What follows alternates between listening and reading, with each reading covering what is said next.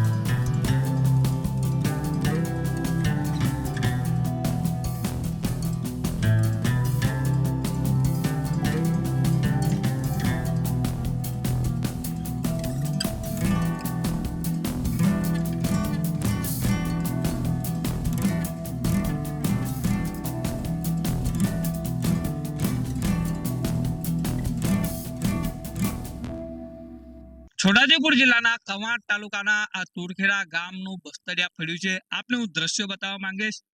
આપ જોઈ શકો છો કે આ બસ્તરિયા ફળિયાની જે મહિલાઓ છે તે મહિલાઓ આ નર્મદા કાંઠેથી પાણી ભરી રહી છે. બીજી બાજુ હું આપને દ્રશ્ય બતાવીશ કે આ જે નર્મદા નદી છે, સામે જે પહાડ દેખાઈ રહ્યા છે એ પહાડ મહારાષ્ટ્રના આ જે પહાડો છે, સાતપુરા જે વિસ્તાર કહેવાય છે તેના આ જે પહાડો છે. આ કવાંટ તાલુકાનું તુરખેરા ગામના આજે બસ્તરિયા ફળિયાના લોકો નર્મદામાંથી પાણી ભરવા માટે મજબૂર બન્યા છે. સરકાર છેવાડાના માનવી સુધી વિકાસની વાતો કરી રહી છે, પરંતુ ક્યાં છે વિકાસ? અહીંયાના જે ગામના લોકો પોતાના જે ઘરો છે તે ઘરોથી 2 કિલોમીટર દૂર નર્મદા નદીના કાંઠે પાણી ભરવા માટે મજબૂર બન્યા છે. આ નર્મદા નદી આ ગામના જે લોકો છે જ્યાં વસવાટ કરે છે ત્યાંથી 2 કિલોમીટર દૂર છે. ત્યાંથી તેઓ પહાડી જે રસ્તો છે તે રસ્તા પરથી આવી આજે પાણી ભરવા માટે મજબૂર બન્યા છે.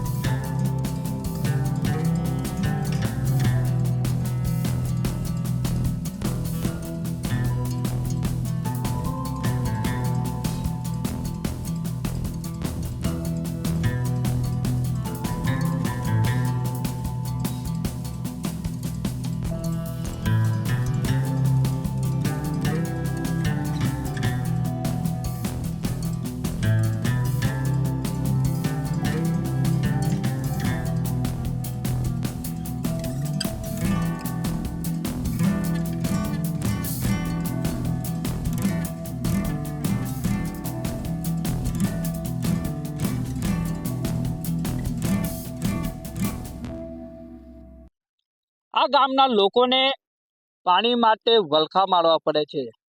ઘરના છોરા ઘંટી ચાટે અને ઉપાધ્યાયને આટો જીવો ઘાટ આ ગામના લોકોને થયો છે. આ ગામ નર્મદા કિનારે આવેલું છે, પરંતુ આ ગામના લોકોને પાણી માટે વલખા મારવા પડે છે.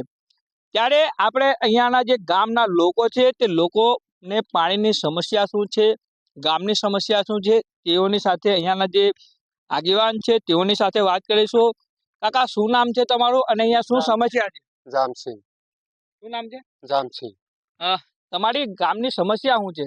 શું પ્રશ્ન છે તમારે? અમારે પાણીની તકલીફ છે, રોડ બી નહીં કરતા ને આજુબાજુ રોડ કરી નાખે, બોર કરી નાખે. બહુ તકલીફ છે, અહીંયા કોઈ જોતું ને આમાં.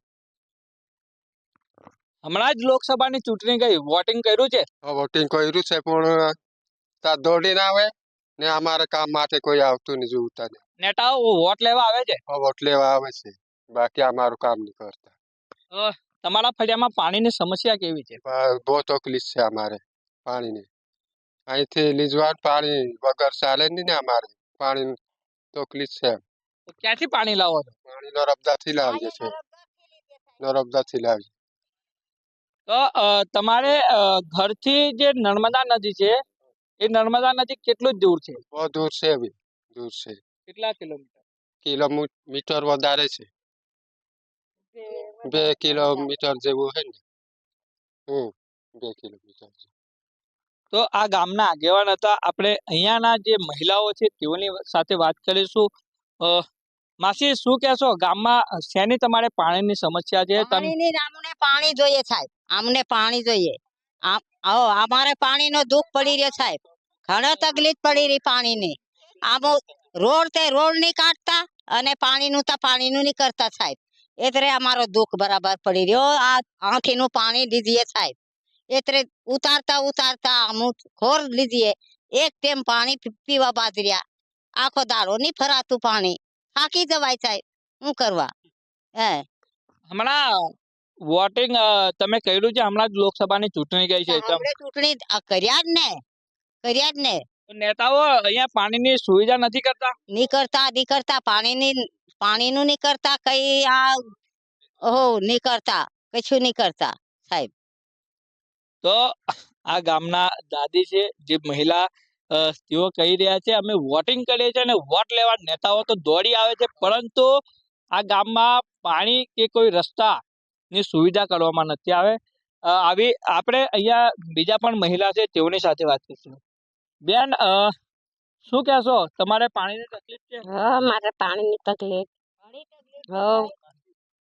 2 કિલોમીટર આટલે છેટેથી નામું પાણી લઈએ અને સરપંચ અમને કહે અમને કઈ પાણીની તકલીફ છે કરી આલો, એમ તે કોઈ નહીં કરતું. પાણીની તકલીફ છે મારે. કેટલા કિલોમીટર દૂર છે તમારું ઘર અહીંયાથી? અહીંયાથી 2 કિલોમીટર. અહીંથી 2 કિલોમીટર એટલે આમ માથે લીધીએ. તો આ હતા ગામના લોકો જે પાણી માટે વલખા મારી રહ્યા છે. પહાડી વિસ્તારમાંથી તેઓ છેક ખીણમાં જે નર્મદા નદી આવેલી છે, આ નર્મદા નદીનું પાણી ભરે છે. આપને હું જે દ્રશ્યો બતાવવા માંગીશ, આપ જોઈ શકો છો કે આ જે નર્મદા નદી છે, આ નર્મદા નદીમાંથી આજે ગામના લોકો પાણી ભરી રહ્યા છે અને તેઓ 1 કિલોમીટર જેટલા દૂર, કોઈકને 1 કિલોમીટર થાય છે, કોઈકને 2 કિલોમીટર દૂર થાય છે, ત્યારે આજે ગામના લોકો છેક નર્મદા સુધી પાણી ભરવા આવે છે. પરંતુ સરકાર છેવાડાના માનવી સુધી વિકાસની મોટી મોટી વાતો કરી રહી છે. નેતાઓ અહીંયા વોટ લેવા દોડી આવે છે, પરંતુ આ ગામના લોકોનો હજુ વિકાસ કર્યો નથી. પાણી જેવી પ્રાથમિક સુવિધાથી પણ આ ગામ લોકો હજુ સુધી વંચિત છે. ક્યારે કરશે આ ગામ લોકોનો વિકાસ, તે તો હવે જોવું રહ્યું. ડિસિઝન ન્યૂઝ ગુજરાત સાથે નયનેશ તરવી, છોટાઉદેપુર. ડિસિઝન ન્યૂઝના બીજા વિડીયો જોવા માટે ચેનલ સબસ્ક્રાઇબ કરો અને બેલ આઇકન બટન પર જઈ ક્લિક કરો. સ્વતંત્ર અને આઝાદ પત્રકારત્વની મદદ કરવા નીચે આપેલા થેન્ક્સ બટન પર જઈ ક્લિક કરો. મદદની કિંમત નિશ્ચિત કરો અને ડિસિઝન ન્યૂઝની આ સફરમાં અમારા સાથી બનો.